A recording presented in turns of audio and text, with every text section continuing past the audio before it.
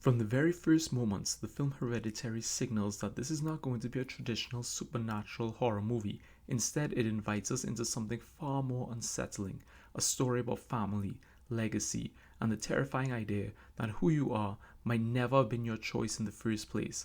And I want to ask you right now, what was the scariest thing to inherit from your family? Is it a house, money, trauma, or something much darker? At its core, Hereditary follows the Graham family in the aftermath of Ellen's death. Annie, the mother played in a career-defining performance by Toni Collette, is left to manage her grief while trying to hold together a family that already feels fractured. Her husband Steve tries to be the rational anchor, their teenage son Peter is emotionally distant and confused, and their daughter Charlie is different. From the very beginning, the film positions Charlie as unsettling, not because she's evil, but because she feels out of place, like she doesn't belong in her own family or even in her own body. And that feeling of not belonging becomes one of the most important ideas in the entire movie. Hereditary is often labeled a supernatural horror film, and that's technically true. There are cults, demons, possessions, and horrifying imagery, but what makes the film so effective is how it avoids nearly every cliche of the genre. There are no cheap jump scares designed to make you spill your popcorn. Instead, the horror creeps in slowly, quietly, almost politely. The film trusts the audience. It lets shots linger too long. It allows silence to become oppressive. It uses repetition, sounds, images, symbols, until familiarity itself becomes terrifying. Have you ever noticed how the things that scare us the most aren't always loud but familiar? One of the most striking aspects of Hereditary is its cinematography, which often makes the house feel like a dollhouse. The camera moves with an eerie smoothness, framing rooms as if walls don't exist, as if we're peeking into something we're not supposed to see. This visual language makes the audience feel small, powerless, and observed, like dolls, like the characters themselves, who are constantly being moved into place by forces they don't understand. And that raises a disturbing question. If the characters aren't in control, are we? Or are we just watching a story that was always destined to end the same way? The film's first act is heavy with world building, and while some viewers feel the story moves slowly here, every detail matters. We learn about Ellen's secrecy, her strained relationship with Annie, and her unusual closeness to Charlie. We learn about a family history of mental illness, depression, dissociative identity disorder, psychosis, and the brilliance of the film is how it delivers this information creatively.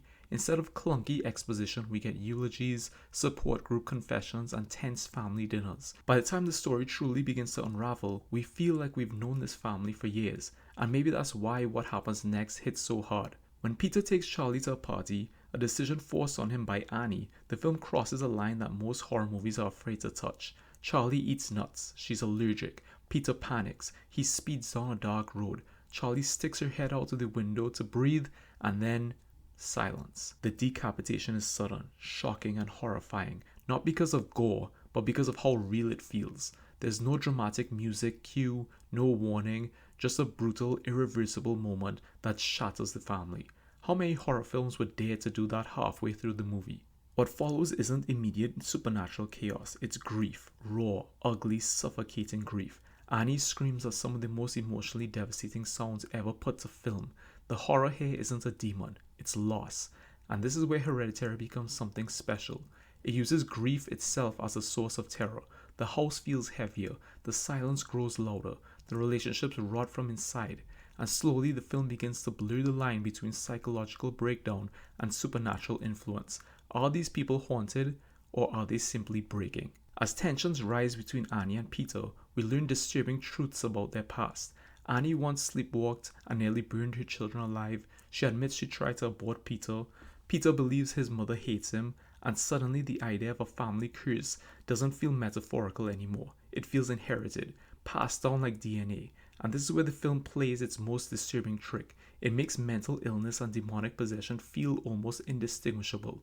So I have to ask, when the film shows us something terrifying, how do we know whether it's supernatural or just human? The introduction of Joan, Annie's friend from grief counseling, seems at first like a lifeline, but it becomes the final nail in the coffin.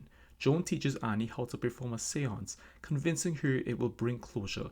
Instead, it opens the door to something far worse. Strange lights appear, Peter begins to sense Charlie's presence, the sketchbook refuses to burn, and piece by piece, the truth is revealed. Charlie was never just Charlie. She was Paimon, a demon king who requires a male host. Suddenly, everything clicks into place. The favoritism, the secrecy, the beheadings, even the sound Charlie makes, the tink, that echoes throughout the film. Did you notice how that sound follows trauma, not terror? The final act is relentless. Ellen's body is found headless in the attic. Cult symbols coat the walls. Steve burns alive when Annie throws the book into the fire. Annie becomes possessed. She chases Peter. She beheads herself while floating in midair. And Peter, the last remaining vessel, becomes Paimon. But here's the twist that changes everything. If you look closely, Annie was never the protagonist. Ellen was. Ellen orchestrated everything. Even in death, she manipulated events, possessed Annie, guided Joan, and ensured Paimon would be freed into a male body. The light Charlie followed wasn't Paimon, it was Ellen.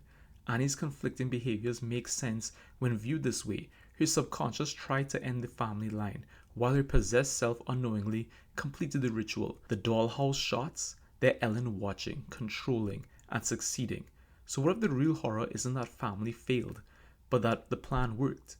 Hereditary's most disturbing message is that family itself can be a curse, that no matter how hard you try to escape your past, it will find you. The trauma doesn't disappear, it mutates, passes down, and demands payment. Like Get Out used horror to explore racism, Hereditary uses horror to expose the terror of family dynamics. And maybe that's why it stays with us, because ghosts aren't real, demons might not be real, but family trauma, that's real, and it's hereditary.